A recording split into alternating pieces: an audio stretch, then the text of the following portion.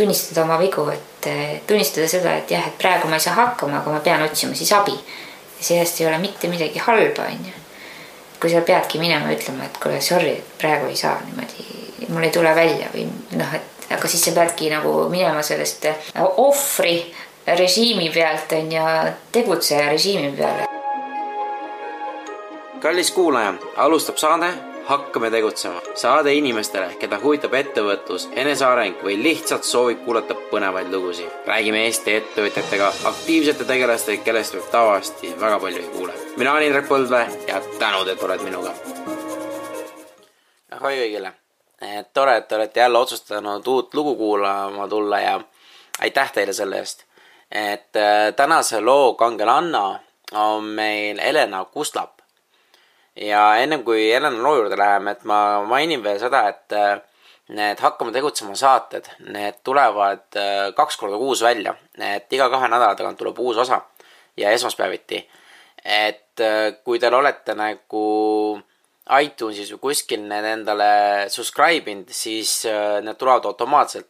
Ja samuti me paneme hetkel ka kõik need osad YouTube'i ülesse, et kõik eelnevad osad on, et te saate seal ka nagu vaadata ja kuulata, et te on natuke mugavamaks seda kõike teile ja andke teada, mis te arvate.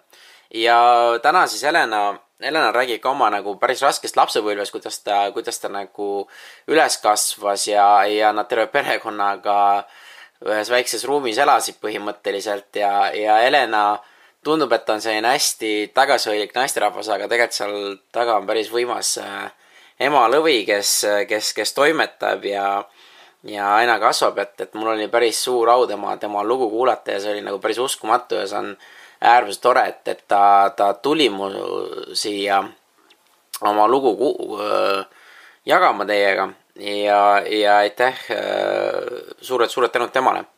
Et kindlasti ma olen väga tänulik, kui te ikkagi jagate ja annate tagasisidet sellele nende saadete kohta ja samuti ka Elenale.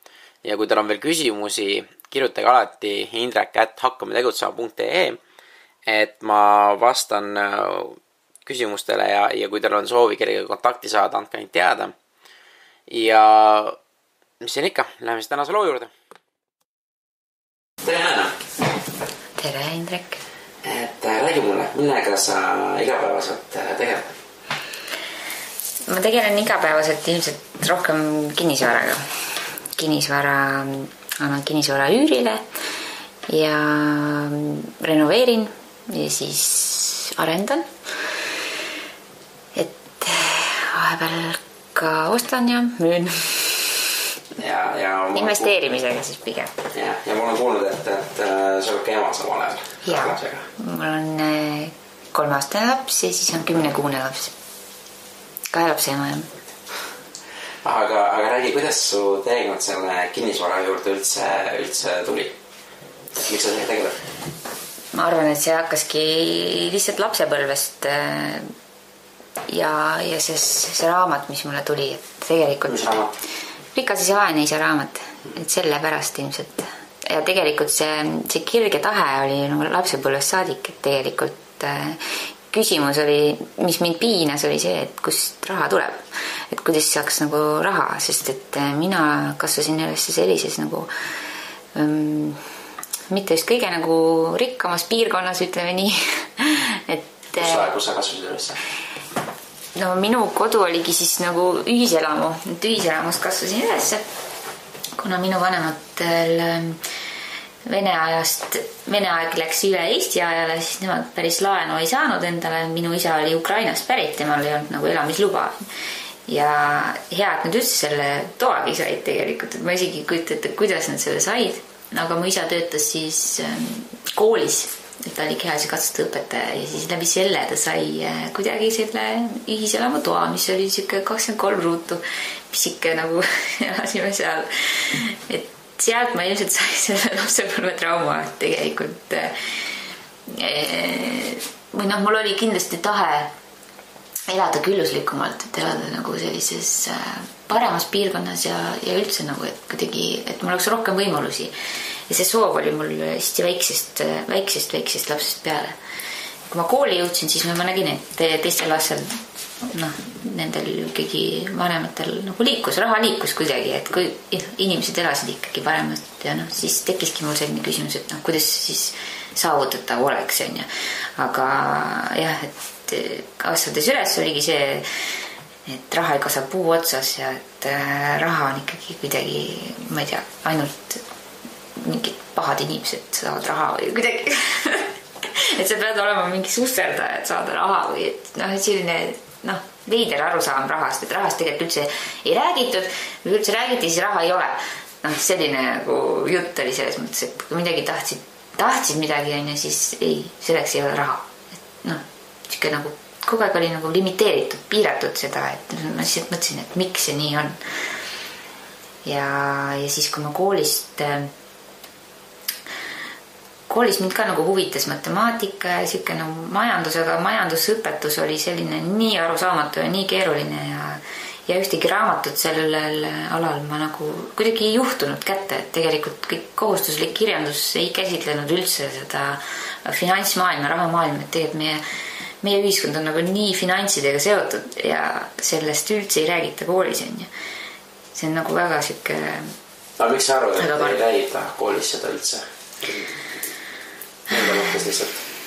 Koolis sa õpid igasuguseid aineid, on ju, et nagu selles mõttes matemaatika või siis inglise keel või et sa saad nagu nendega hakkama elus, aga tegelikult kui sa lõpetad kooli ära, siis sa sisened finantsmaailma, millest sa tegelikult ei tea ikkagi väga palju üldse, et kui paljud inimesed teavad nagu, kuidas pangandus toimib tegelikult, kui sa kooli lõpetad, kuidas pangad näiteks raha saavad, et mismoodi see süsteem seal käib, on ju.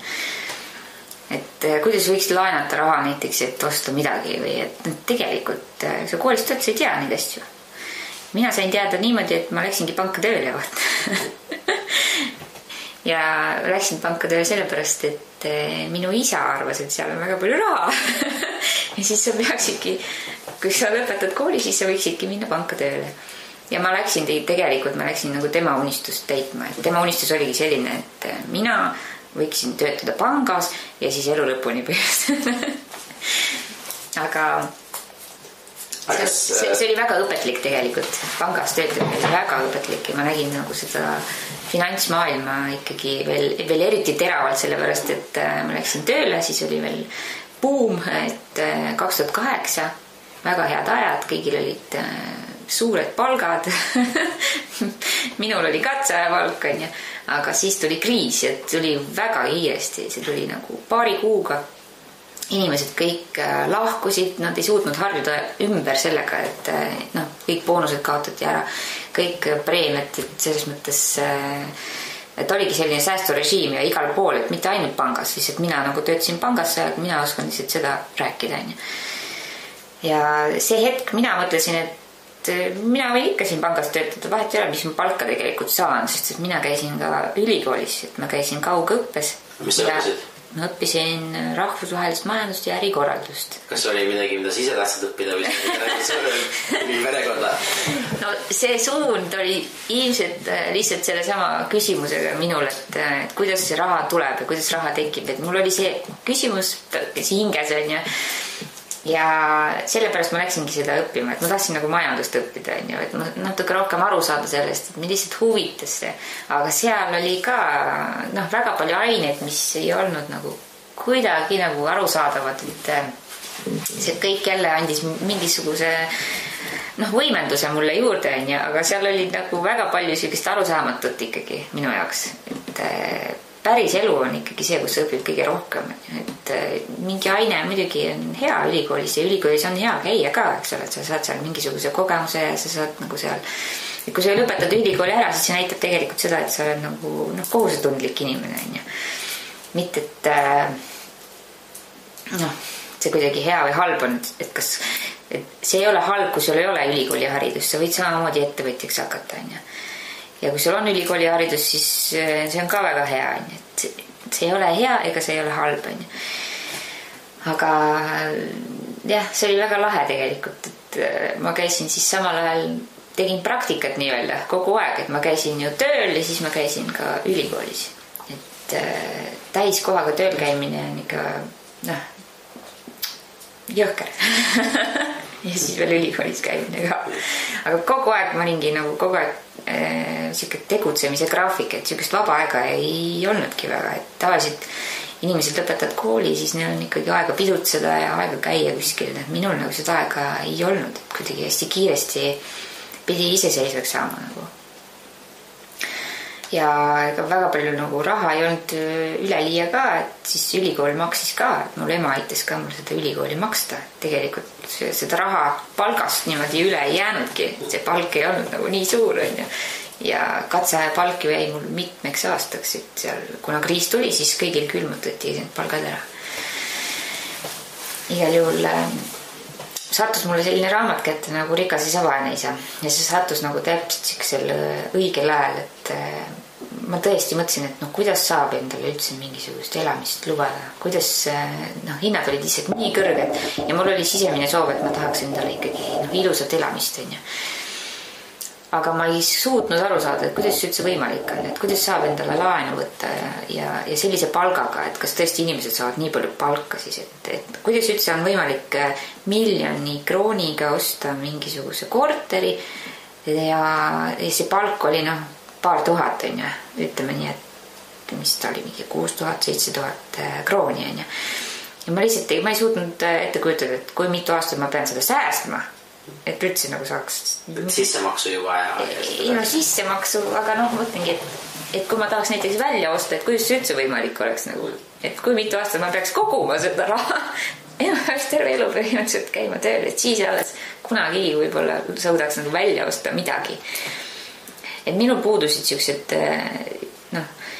igasugune selline rahaline toetus selles mõttes, et ema küll toetas mind, aga tal ei olnud ka seal mingisugused miljoneid, et ta ei olnud võimeline samamoodi mulle mingit korterit ostma. Ta küll andis mulle sissemaksu raha, ma mäletan. Et see hetk, kui ma olin 19 ja siis tuli kriis, siis tuli ka selline päris hea võimalus osta uusarendusse palju odavamalt nagu korteri. Ja see hetk ma veel tutvusin oma tolleks mehega siis. Ja kuidagi ta oli nagu nõus minuga koos laenu võtma, et mina olin 19 ja me alles tutvusime, on ju. See oli kuidagi nii veider. Siis võtsimegi nagu laenu. Aga mis siin nagu, kuidas su enda nagu mõttemaailm töötas, et kriisi ajal võtta võlg, et kus sa selle julguse võtsid nagu, et võtta seda? See julgus tuligi võib-olla lihtsalt sellepärast, et ma olin lugenud seda raamatut ja see andis mulle kire nagu selle suuna, et ma võiks lugeda veel rohkem raamatuid sellisel samasugusel teemal, on ju. Ja ma ostsin ka selle mängu, Cashflow lauamängu, et tänu sellele seal kuidagi ikkagi tekkis see võimalus, et jah, et isegi kui midagi läheb halvasti, ma alati võin sinna ühikatuppa tagasi kolida. Et seal oli see. Ja see ühikatuba selles mõttes oligi mul see tagavara mõte, et kui midagi peakski valasti minema, siis alati saab selle uue korteriga üürile anda. Et selles mõttes ei olnud see laenumakse üldse nii suur. Ja ma töötasin mingi aja juba pangas, et ma sain nagu mingist asjadest juba ikkagi aru, et kuidas laenamine käib, on ja see kõik. Et mingi siseinfo juba oli olemas. Aga mis on, sa enam mainisid, sul oli see pangatöö oli äärmiselt andis väga palju õppetunde. Et mis on nagu suuremad õppetunnid või mis nagu teistele praegu, et ma pakun välja, et pangad ei ole väga palju muutunud. Et mingid siuksed kindlad asjad on ikka, mida peaks teadma näiteks. No vaata, igal ühel ei saagi nagu olla see, et üks kindel asi, mida peab vältima või üks kindel asi, mida peab tegema. Sest tegelikult inimesed lihtsalt ei arvesta nagu oma võimalustega, et kui olukord muutub, on ju, siis tegelikult sa pead olema väga leidlik ja lahendama nagu seda situatsiooni. Paljudel inimestel oli see, et nad jäid jänni, jäid nagu üksinda oma murega ja nad kartsid nagu seda muret rääkida ja kartsid tulla nagu panka selles mõttes ümber vormistama siis laene või siis tegelikult paljud inimesed olid ju sunnitud oma maju müüma, nad ei saanud neid kuumaksidki tasuda, on ju, et seal tekkis hästi palju sellist. Pangad olid tegelikult nõus inimestele ikkagi andma seda maksepuhkust ja seda kõike, et tegelikult panga soov ei olnud see kõik endale saada nagu. Vähemalt seal, kus mina töötasin, see pank ei olnud päris selline pahatahtlik, et tegelikult ikkagi inimestele tuldi vastu ja leida nagu koos lahendus, et see, et alati, kui sul tekibki ükskõik mis mure on ja siis sa pead ikkagi olema valmis tunnistama endale seda on ja see on kõige raskem inimesele võib-olla teha. Et tunnistada oma vigu, et tunnistada seda, et jah, et praegu ma ei saa hakkama, aga ma pean otsima siis abi. Ja sellest ei ole mitte midagi halba on ju. Kui sa peadki minema ja ütlema, et kuule, sorry, praegu ei saa niimoodi, mul ei tule välja või aga siis sa peadki nagu minema sellest ohvri režiimi pealt on ja tegutseja režiimi peale, et paljud langesidki nagu võrku võib-olla selles mõttes, et nad jäid depressiooni kinni võib-olla, et see ongi nagu lahendusi leiab ka siis, kui läheb ka halvasti, kui majandus on nagu halvas situatsioonis, siis tegelikult on ka igasuguseid lahendusi võimalik leida. Et põhimõtteliselt, mis sina nagu võtad ongi siuke, inimesed võiksid oma muredega leppida ja teistele rääkida ja leida lahendusi ja siuke avatud kommunikatsioon põhimõtteliselt. Avatust tuleb muidugi hoida, et selles mõttes, et kui sul ongi mingi probleem, siis see lihtsalt niisama ei lahene. Kui sa ise ka ei tegele sellega, lükkad ukse kinni ja arvad, et see nagu jääb sinna. Tegelikult see ei ole niimoodi. Et ongi häid aegu, ongi halbu aegu ja isegi headel aegadel on inimestel võimalik ka enda olukorda halvaks muuta kuidagi. See ei ole see, et kõikidel läheb hästi, kui on buum ja kõikidel läheb halvasti, kui on kriis. Et on inimesi, kellel läheb väga hästi, kui on kriis. Ja siis sa peadki sa pead olema võimeline siis kohanema selle olukorraga, kus sa siis parasjagu oled. Mitte, et sa jääd kinni, et vanasse siis, et vanasti ma tegin nii, et ma nii jätkangi, et nüüd ongi siis, see on minu rada, nii ma ainult teen. Et inimesed peavad olema väga kohanemisvõimelised ja eriti nagu neile nii palju uuendusi on kogu aeg tulemas. Sa pead kogu aeg olema harjunud sellega, et muutused tulevad ja siis sa pead olema kohanema kõigega. Ja kuidas sina siis nagu, kui sa olid selle kriisi ajal korteri ja kõik selle, et kuidas sina nagu sa kohanesid ja mis sul nagu järgmised sammud oli, et ma saan aru, et sul oli see tagal olemas, et me võtame laenu, mul on see tagal olemas, aga ikkagi see, et võlg ja kõik see, et kuidas ta sellega nagu toime tulite ja kuidas te nagu kriisi ajal nagu tegelete sellega?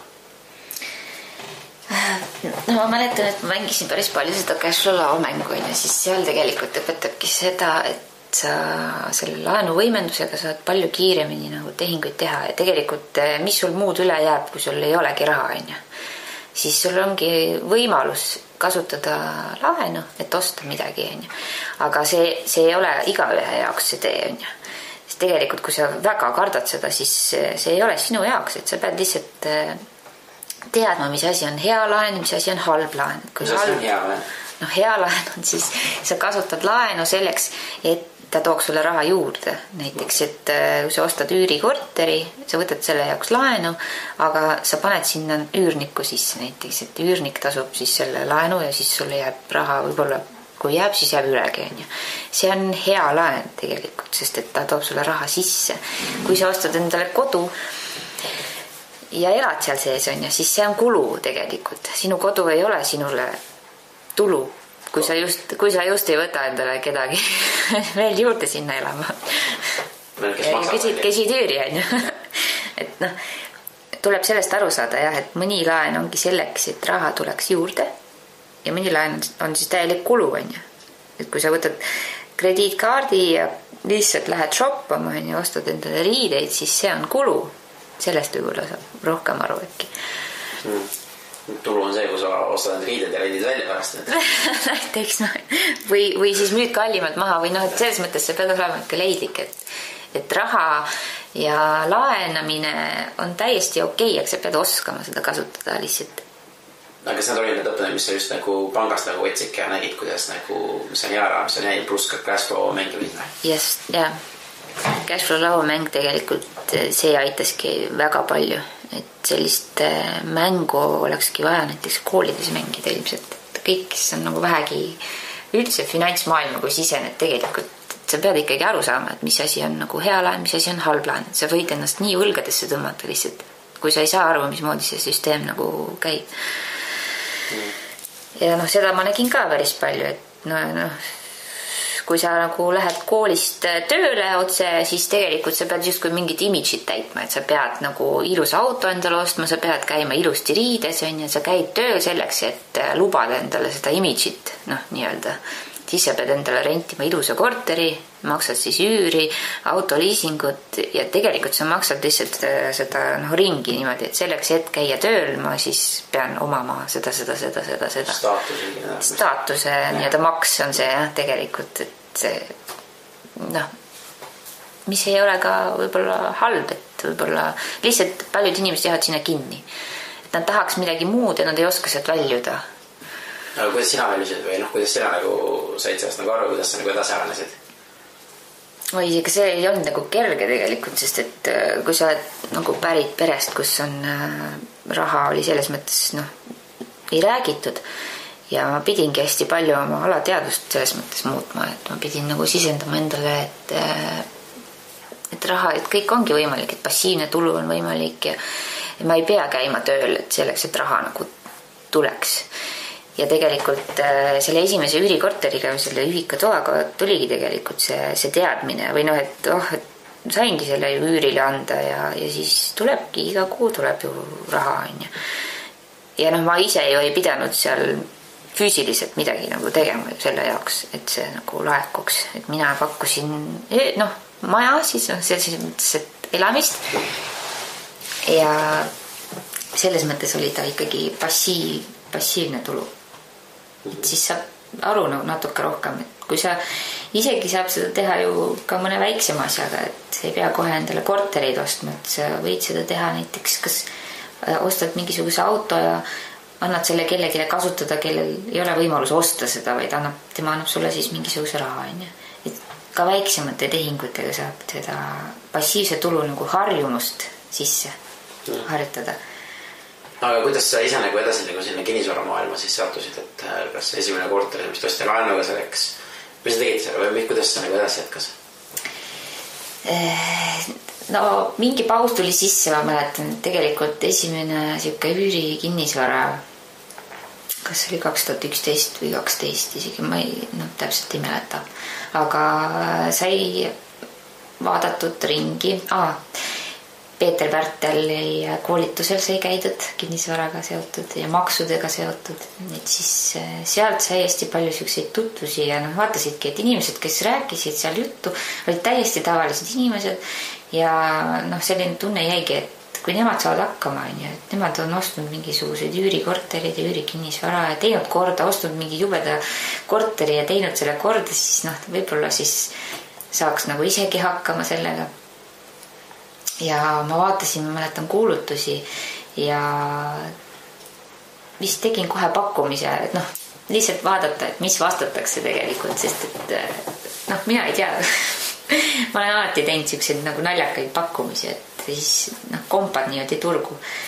Nagu näiteks, et lihtsalt alla pakub või? Jah, et sa ei osta nagu täishinnaga, vaid sa pakud, et kui palju inimene on võimeline alla tulema ja kui kiire on, et tegelikult mina nagu otsin kinnisvara puhul selles mõttes probleemi, et kui on nagu probleemne, et sa lahendad mingi mure, et inimesel oligi mure selles, et ta ei suutnud maksta laenumakset, et tegelikult pank tahtis, et temala see korter läheks müügiks. Tal oli juba seal taga peaaegu kohtutäitur, aga ta ei olnud päris jõudnud selle kohtutäituri kätte. Ja see oli veel hästi heas kohas Tallinnas, Mustamäel TTÜ juures on ju. Et see oligi siis siuke nagu suurem siuke investeerimistehing, siis sai sellise korteri ostetud. Siis... Aga kus sellele tuli see nii-öelda kapital või kuidas sa nagu selle kokku ajasid? Siis ma juba töötasin pangas ja selleks ajaks olin võib-olla natuke rohkem aru saanud, et kuidas see laenamine sai vormistada, et tegelikult ma laenasin kogu raha pangast ja veel natuke pealegi, et selleks, et remonti teha, see raha tuli ka pangast. Aga kuidas tuli, sa panid korteri lisatagatiseks läks siis kodu nii-öelda. põhimõtteliselt panid kodu valiti. Jaa, aga see oli nagu nii laenu all tegelikult. Et siis võtsid teise laenu peale? Jah.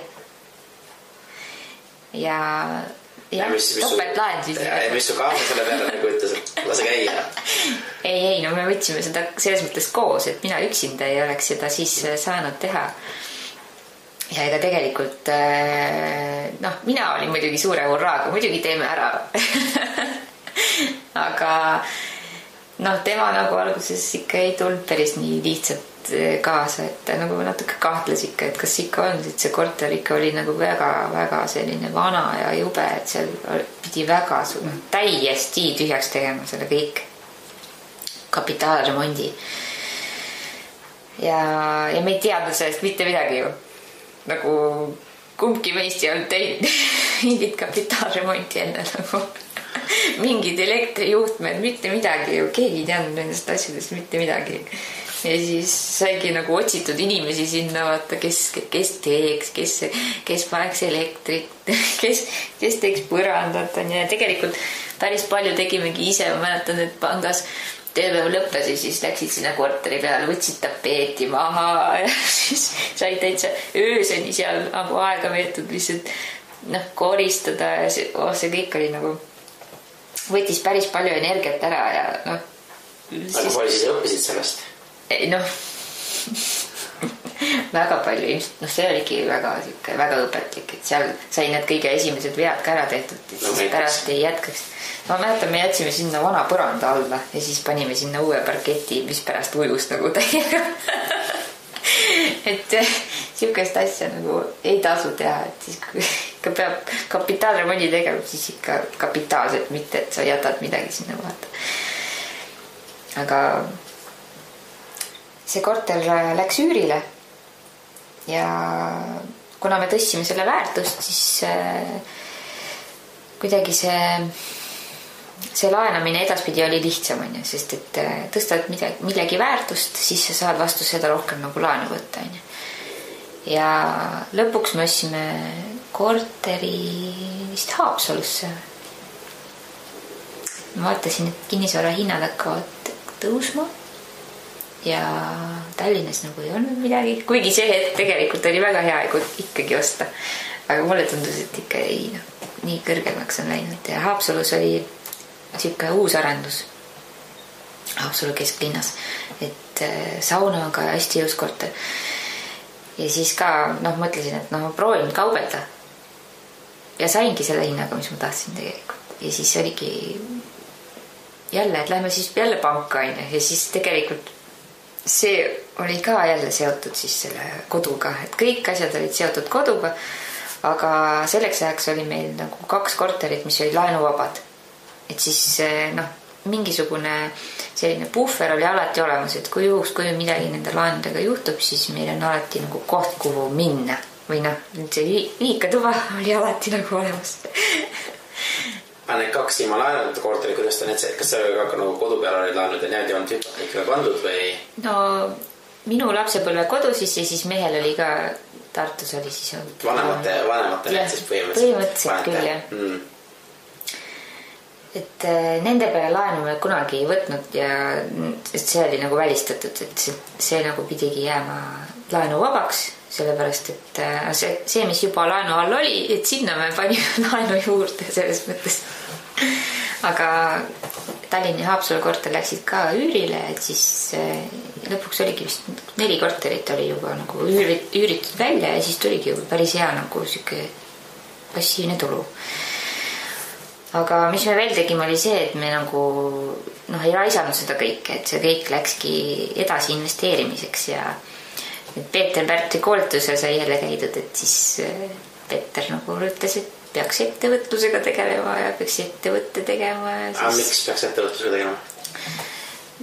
Kinnisvara selles mõttes üüritulu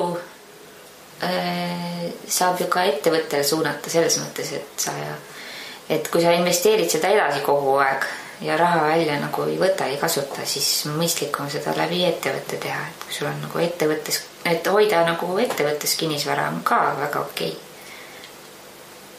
Sest et eraisikuna on praegu see, et sa saad ju teha ainult oma kodu müüa põhimõtteliselt 2 aasta jooksul ja kui sa teedki nagu tehinguid palju, siis on mõistlikum seda teha ju firmana.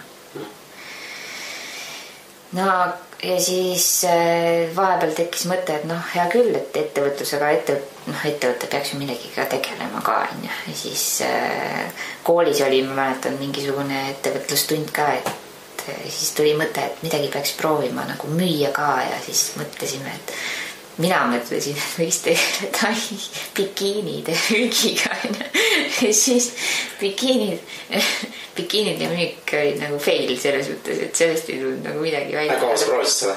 Või ma ei mäleta. Tegid mingid sammud ka selle jaoks? Bikiinid sai tellitud sealt Brasiiliast ja siis sai tehtud kodulehekülg ja siis selline müügitöö jäigi nagu tegemata. Ma arvan, et selle taha jäigi, et mina arvasin, et sa toimetab oma ette, et sellega ei peagi väga tegelema. Et seal on see koduleht ja siis inimesed kõik ostavadki. Aga see ei käi niimoodi, et seal saigi nagu selle õppetunni, et tegelikult kui ikka huvitab kinnisvara rohkem, siis võiks nagu sellega tegeleda. Et see bikiinimüük oli lihtsalt siuke proov. Ja siis sisenesingi nagu siuksesse maailma, kus on nagu konkurentsi palju ja tegelikult ega ma ei tea nagu bikiinide müügist nagu mitte midagi. Et see jäi nagu toppama. Aga sellest nagu, ma arvan, et sellest ei ole mitte midagi hullu. Et siukseid kogemusi ikka on vaja lihtsalt ka endal läbi teha. Et mõni inimene lihtsalt ütleb sulle, et seda ei tasu teha, aga siis sa mõtled, et võib-olla tema ei saanud hakkama või tegelikult. Ja mõni inimene jälle võtab kätte ja saab hakkama.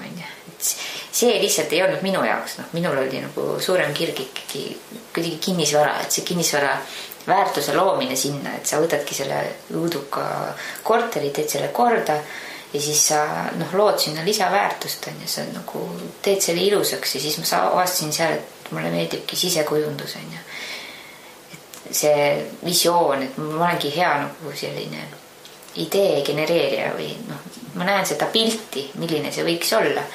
Et paljud inimesed näevad, et lihtsalt see on nii õudne, et siin ei saa midagi teha. Ja mina näen seda, et milline see võiks nagu, milline see lõppversioon võiks välja näha. Ja mul on selles mõttes väga elav fantaasia. Visualiseeringi põhimõtteliselt. Aga okei, siis kas sa siis juba selle aega, kui teil nii korti, kas sa siis olid täielikult kinnisvaraga tegelesid või sa käisid ka tööl? Ei, ma käisin kogu aeg tööl. Ma käisin kogu aeg ja mees käis tööl ka, palgatööl. Me käisime paralleelselt palgatööl kogu aeg, et sellest asja ei olnud, et see tulu tegelikult, mis tuligi üürikinnisvarast, see läks kogu aeg investeerimisse edasi, et me nagu ei kasutanud seda. Aga niimoodi saabki kõige kiiremini võib-olla, sa saad portfelli niimoodi kiiremini, et kui sa raiskad midagi ära, mis toob sulle tulu, siis tegelikult sa ei saa nagu midagi uut võib-olla, et ikkagi selleks, et tekiks selline lumepalli efekt, sul peab olema mingisugune selline sissetulek juba. No selleks, kui palju neid korteriremontidega tegid kapitaalselt, oled teinud? Jumalast siis 10 tehingut on niimoodi olnud juba. 10 kapitaalremonti juba. Ja nüüd on praegu päris suur kapitaalremont selles mõttes, et mul on Pärnus üks kortermaja, mille ma ostsingi niimoodi, et see oli väga halvas seisus, et seal ei olnud ei vett ega seal ei olnud elektrit. Kuiv käimla, 2-korruseline, et siis hoovimaja ka ja siis see kõik praegu ehitangi seal 5 korterit ja siis hoovimaja tuleb siis 4 korterit.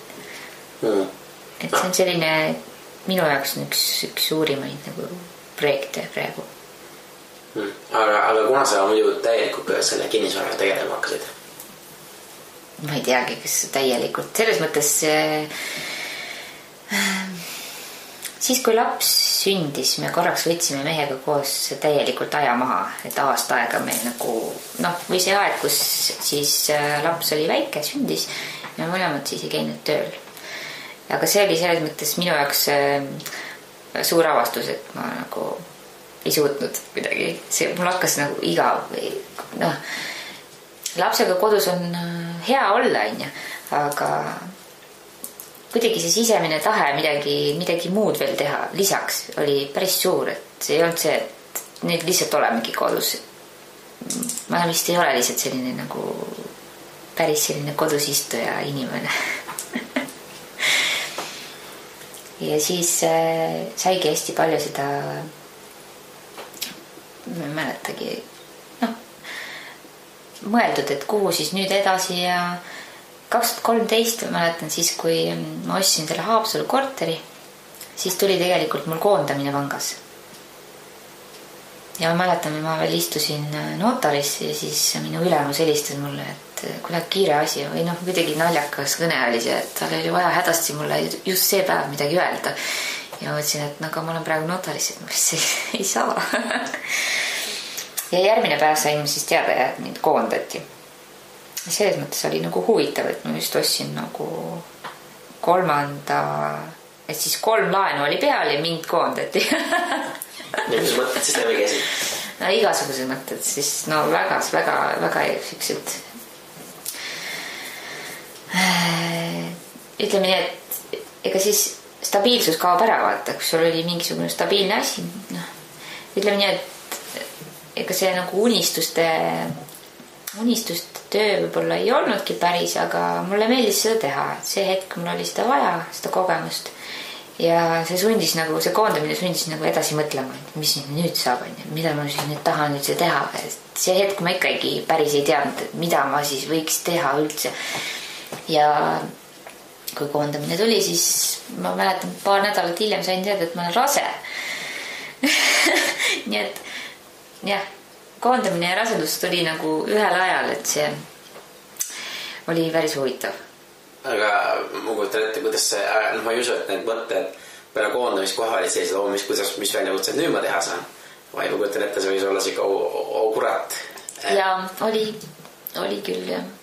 Samas oli ka põnev, et mul oli nii palju vaba aega, mul pole kunagi nii palju vaba aega olnud varem, sest ma käisin kogu aeg kas tööl koolis või kuskil, pidevalt oli selline tempo taga, et see oli minu jaoks selline aeg maha, täielikult aeg maha, et ma olingi lihtsalt kodus. Ja seda aega ongi, ma arvan, et igal inimesel ongi natuke vaja, et sa siis mõtledki järgi oma elule, et mida sa siis tegelikult nagu tahaksid. Ja ma mäletan, ma paningi kirja ja ma käisin nagu läbi Töötukassa kuskil mingitel kas koolitustel või et siis pidigi nagu panema kirja, et mis siis nagu sulle meeldib või mis siis sa nagu tahaksid teha või kuidas siis. Ja ma mäletan, ma hakkasin hästi palju videosid kuulama ja hästi palju koolitustel käima ja siis mul tekkis selline koolituste nagu seminar junkie tunne, et tahakski hästi palju kogu aeg koolitusel käia. Ja ma tundsin, et mul on vaja nii palju areneda, et seda arenguruumi on nii palju, et kui sa ei tea ikka veel, mis sa nagu tahaksid teha, siis tegelikult arenemisruumi ikkagi on. Mis kelle videot sa või mida sa kuulama hakkasid? Mis motiveeris? See hetk, kes mind kõige rohkem motiveeris. Ma ei mäleta, siis oli see film The Secret oli Jack Canfield oli seal ja hästi palju seda ikka Kiyosakit ilmselt. Ma mäletan, ma käisin Kiyosaki koolitusel, live-koolitusel Inglismaal. Täitsa niimoodi, et laps oli kaasas kohe kõik. Ema oli ka kaasas. Aga kus sa selle nagu finantsi võtsid, et sinna nagu minna? Ma kujutan ette, et koondamine kõik see ja laenud ja niimoodi, et see oli nagu päris suur nagu siuke jälle mõelda, et kus see välja minek. No, koondamisrahad ju ka tulid on ju tegelikult, ega täitsa rahad ei olnud ja kõik üürikorterid olid ju alles tegelikult. Ja siis see hetk oligi see, et saime just selle Haapsalu korteri kätte ja siis sai tehtud sinna, siis pidi ju sisustama tegelikult, sinna kulus ka ju raha. Aga selle korteri sai kaustatud niimoodi, et 100% laenuga ja siis sai veel natuke rohkem võetud raha, et see remont ka seal ära teha. Raha pärast ma siis tegelikult ei pidanud nagu muretsema väga. Ja mees oli ju ka olemas tegelikult, et siis mees ju käis tööl ja koondamisrahad ka tulid. Aga siis julgus võtta, et näe, nüüd me lähme, nüüd me teeme, et see on nagu, sest see ei ole ju see, et sa käid koolitusel ja siis nüüd hakkab kõik hästi minna, vaid see on koolitus, siis sa pead seda nagu läbi mõtlema ja mis on need sammud, mida mina teha saan, sest ei ole see, et üleöö kõik hästi. ma hakkasin hästi palju raamatuid ka lugema see hetk, hästi palju raamatuid ja tahtsingi nagu kuidagi hästi kiiresti oli vaja seda infot ja see hetk oligi vist see, kus ma hästi palju raamatuid lugesin nagu tõesti mind nagu mingisugune küsimus jälle piinas sees, et kuidas siis saab, et mul oli hästi vaja nagu tahtsingi selle mure ära lahendada, et mul oleks nagu midagi teha enne lapse sündi, et mul oleks nagu mingi kindlus, et sa olisid taga mingisugust kindlustunnet. Aga ja laps sündis ära ja siis mäletan, mis saigi nagu käidud jälle mingil koolitusel ja siis tekkis mõte, et võiks ju midagi suuremat teha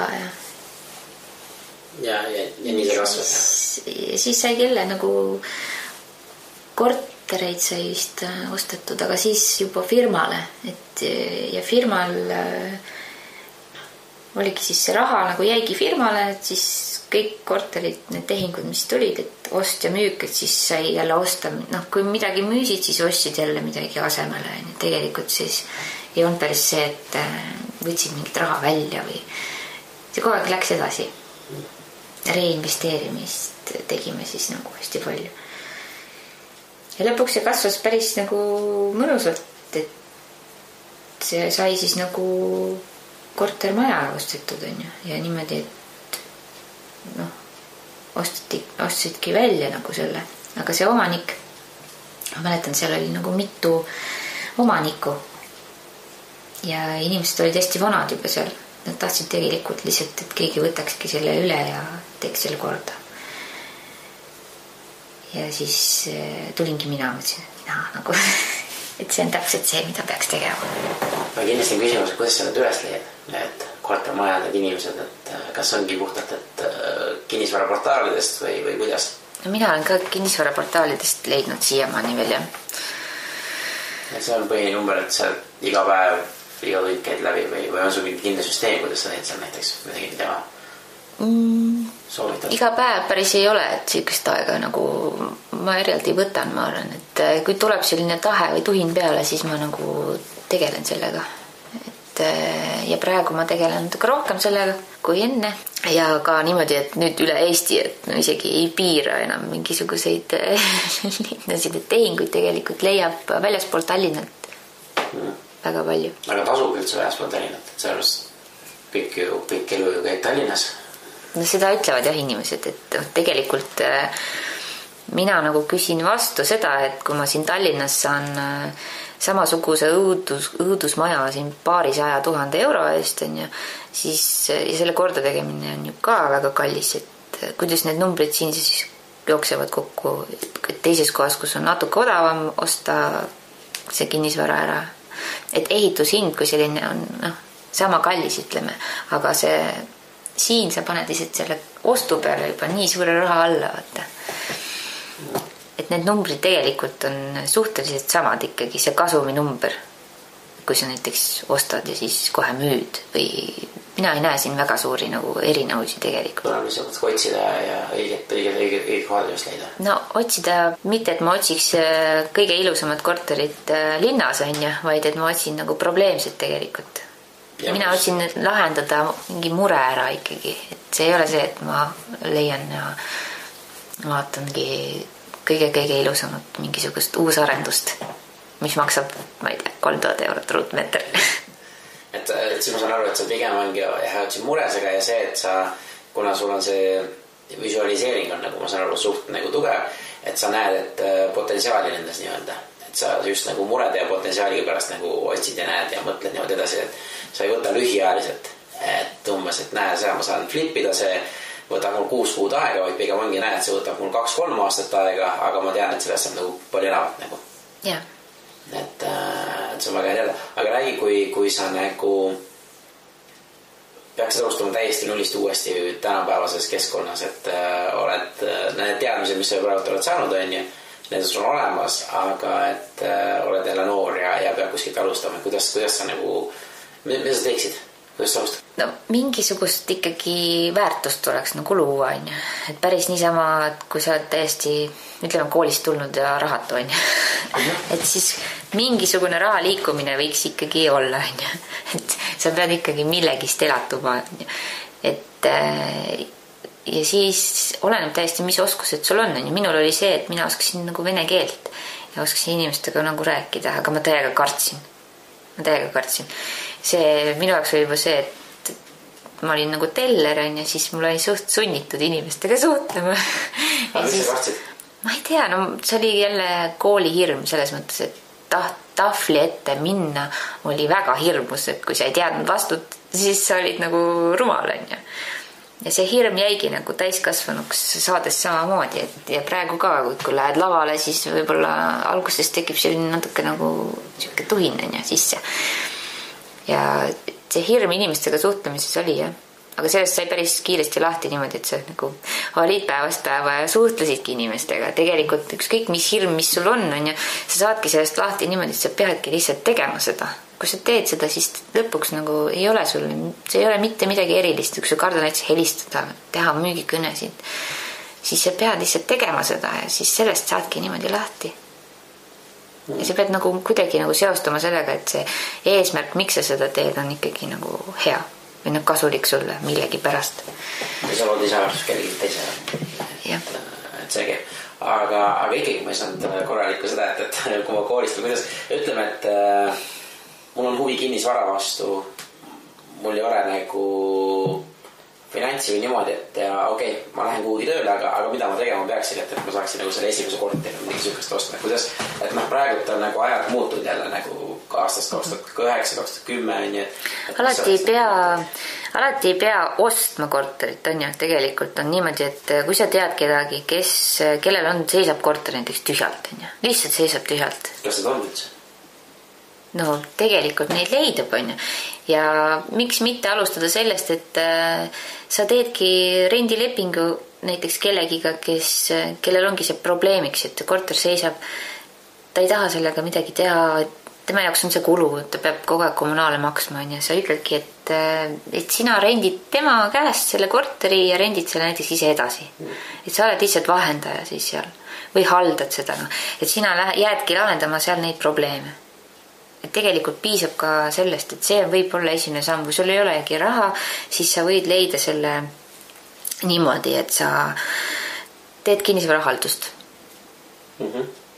Selleks ei ole vaja sul kapitali, selleks on vaja lihtsalt kas siis tekitada usaldust inimesest, kes siis annab sulle selle korteri nii-öelda kätte, et jah, parandasid, tegele sina nende probleemidega, tegele sina nende üürnikega, võta see korter siis endale hallata ja siis tegelikult see on ju kohene tulu, et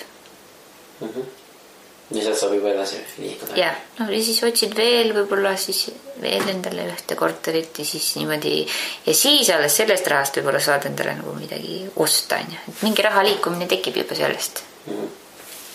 Väga hea. Aga Helena, aitäh selle loo jagamisest, et ma ei õppetundide eest, et ma küsin nüüd sinu käest sellised küsimused, aga teiste külaliste käest küsin alati. Et nad on kiirküsimused, aga sina võid vastata nii nagu sobid, ei pea kiirelt vastama. Et esimene asi, mis mind väga huvitav on see, et kuidas su endal nagu esimesed 60 minutit päevas on, et on sul mingi kindel rutiin või kuidas sa nagu hommikuti nagu toimetad? Iga hommik on mul täiesti omaette hommik. Mul on 2 last, ja mõnikord laps läheb lasteaeda, mõnikord ei lähe. Et siis see hommik on hoopis teine. Aga tavaliselt on see, et kui me ärkame üles, siis kuna ma olen üksik ema, elan Pärnus, siis need 2 last on vaja korraga riidesse panna. Mõlemad on vaja vedada lasteaeda. Ja see on suhteliselt siuke nagu kaos, et see hetk iga hommik mõtlen, et nii, see tuleb lihtsalt ära teha. Ja siis päev läheb selliseks natuke rahulikumaks, et väiksem laps on lihtsalt 10-kuune, siis tema on selline, unerütm on tal nagu suurem. Ja kui ma selle suurema lapse on lasteaeda viidud ilusti ära, siis väiksema lapsega ma kas lähen jalutama ja siis panengi mingisuguse video endale käima, kus ma kuulan mingisuguseid, edukaid inimesi või siis motivatsioonivideosid vaatan, seda aega, see sõiduaeg ka, et kui ma sõidan kuskile, siis ma kasutan alati, nagu ma kuulen midagi. Ja see edaspidine päev siis näeb mul välja selline, et ma lihtsalt vaatangi, kuidas laps laseb mul midagi teha. Et see on täiesti siuke nagu spontaanne. Ja praegu mulle meeldib käia niimoodi, et ma isegi kodus süüa ei tee, vaid ma käingi nagu hästi ilusas Estonia spaas, seal on Noot restoran, ma käin seal söömas. Et siis ei ole üldsegi nagu, et kui sa elad üksinda ja pead ise endale süüa tegema, siis tegelikult hästi palju ülejääke tekib. Käid poes, ostad mingisuguse toidu, aga mulle meeldib seal käia, et ma käin siis lapsega koos seal söömas. Ja siis, see on siuke hästi mõnus päeva nagu see lõuna. Et kiirelt lähen sinna, söön ära ja siis saan tegeleda nagu oma asjadega edasi. Et vaatan, kas kinnisvara, käin, sõidan oma sellest nii-öelda kortermajast mööda, vaatan, mis seal on ja siis, jah. Väga hea. Ja tegelikult õhtuti ma käin ka ujumas, et kui mul käib lapsehoid ja siis ma saan ujumas käia ka. Et see on siuke omaette aeg minu jaoks, et see on väga oluline aeg. Et siis tekivadki sellised mõtted, kuidas siis saaks nagu oma edasi liikuda elus. Põhimõtteliselt trenn ja enda eest hoolitsemine. Ja. Väga hea. Räägi, kuidas sul on nagu on sul mentorid elus ja kas sa oled ise nagu mentorida kedagi või kuidas sul on niisugused suhted ja mõtted? Mentorid elus on olnud mul ütleme nii, et üks suurim mentor on mul olnud endine investeerimisfirma siis, kus ma töötasin, et seal oli mul hästi hea, hästi tugev naine oli seal, kes mulle päris palju nagu andis eeskuju, et ta oli tõesti tugev isiksus, et tema oli selline naine, kes tõesti oli tegutseja. Et Kristel Meos on tema nimi muidu, et ta on tõeliselt tugev naine, et tema oli nagu üks selline näide minu jaoks, et saab üks naine, saab üks väga tegus ja tõsine tegija olla, on ju. Aga mina ise mentordan selles mõttes, mul on nagu see aasta tekkinud siuke projekt, kus 25 inimesega koos me teeme ettevõtlust. Ja mina olen siis kolmekesi, mina, Kristel ja Karl teeme sellise ettevõtluse projekti, jah. Et tegelikult kõik need inimesed, kes seal on ka ettevõtte nii-öelda osanikud. Ja siis vaatame, koos teeme, investeerime, vaatame, mis me koos välja mõtleme, et see on selline hästi-hästi uus ja huvitav minu jaoks. Ma pole seda varem nagu teinud. Päris tõendu suur rukka, 25 inimesed, päris korralik. Väga mõne, sellest saab kunagi eraldi saate teha. Ma arvan ka. Ja me käimegi ja mängime seda cashflow mängu, saame kokku, hästi palju ideid tuleb sealt ja need inimesed tegelikult on kõik ise juba väga nagu huvitavad, et ma olen nagu ise nii palju õppinud juba nendelt, et hästi põnev. Aga nüüd läheme teistmoodi, et kui sul oleks võimalik panna üks plakat Vabaduse väljakule, Raekoja platsi või Pärnusse kuhugi ja selle reklaam, et mis seal kirjas võiks olla, üks sloogan või motiveerib mingi siuke sõnum inimestele? Ma arvan, et mul on hästi suur tahe ikkagi. See tahe mingisugust väärtust luua, et inimesel võiks olla nagu kirg. Ja kirega võiks elada oma elu. Ela oma elu kirega? Jah. See on hea sloogan. Räägi sellest asja, et kui kuulajad, et vahet ole, mis elu etapis nad on ja sinu soovitus, mida oleks üks asi, mida nad võiksid oma elus teha või muuta, et mis nagu sa ise arvad, et võiks neid kõige rohkem nagu edasi aidata, et vahet ole, kus nad on või mida nad teevad. Et mis see võiks olla mingi tegevus või midagi? Tead, see ühte konkreetset tegevust nagu ei olegi olemas, et mida üks inimene võiks teha. Ma arvan, et sa võiksid lihtsalt otsustada ära, et mis on see, mis sa tahaksid nagu lähiajal saavutada või et milline sa tahaksid nagu olla, et milline inimene sa tahaksid olla. Et see võiks olla nagu see esimene start ja keskenduma peakski sellele, et mitte, et sa tahaksid saada nagu hästi palju raha või raha võiks olla see eesmärk, vaid et just, et milline inimene sina tahaksid ise olla. et kas sa tahaksid nagu olla selline inimene, kes loobki väärtust, kes aitab teisi inimesi. Et see on tegelikult oluline ja piisab ka hästi väiksest sammust, et piisab ka sellest, et sa lihtsalt lähed ja uurid, kuidas saaks, ma ei tea, natuke nagu rohkem olla produktiivsem või kuidas leida uusi ideid. Käid koolitustel, on ju, noh, kontakt inimestega. Ja kui sa näed inimesi, kes teevad midagi ägedat, on ju, siis mine suhtle ja küsi nende käest, et ole aktiivne. Piisab hästi väiksest sammust ka tegelikult, et sa lähedki koolitusele ja sealt sa leiad mingisuguse inimese, kes siis suunab sind tegema midagi, mis sa tegelikult nagu tahakski teha. Et sa näed mingit eeskuju näiteks. Et hästi oluline on enda lähedal hoida inimesi, kes ongi sulle eeskuju ja kes aitavad sind su enda eesmärke saavutada, on ju. Et päris palju inimesi on neid, kes ütlevad sulle, et sa ei saa sellega hakkama, on ju. Tegelikult nad ei taha võib-olla sulle halba, nad tahavad sind kaitsta. Aga sa pead sellest aru saama, et tegelikult sa pead ennast hoidma inimeste juures, kes aitavad sind edasi liikuda.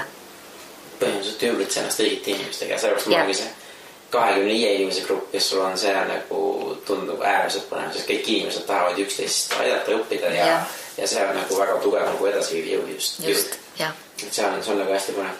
Aga viimaseks ma küsin, et kuidas mina või me kuuled siin sul üldse abiks olla näiteks, et millega? See on väga hea küsimus. Millega?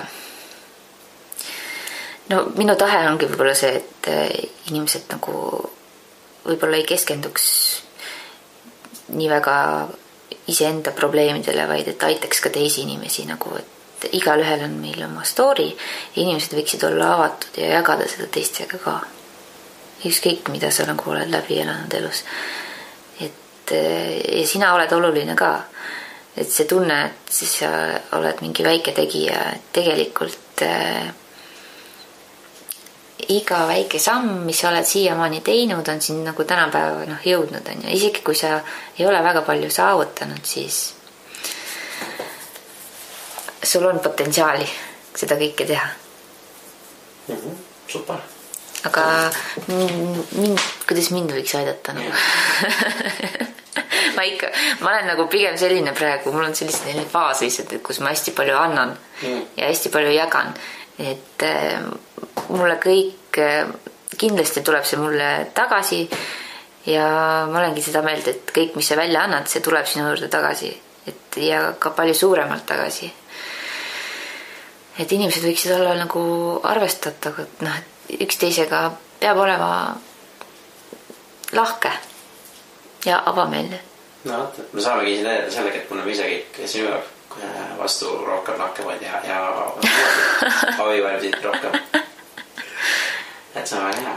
Aga Helen, sulet tänud selle intervjuust ja tulid. Selline oli siis tänane lugu ja aitäh veel Helenale, kes tuli ja rääkis oma lugu.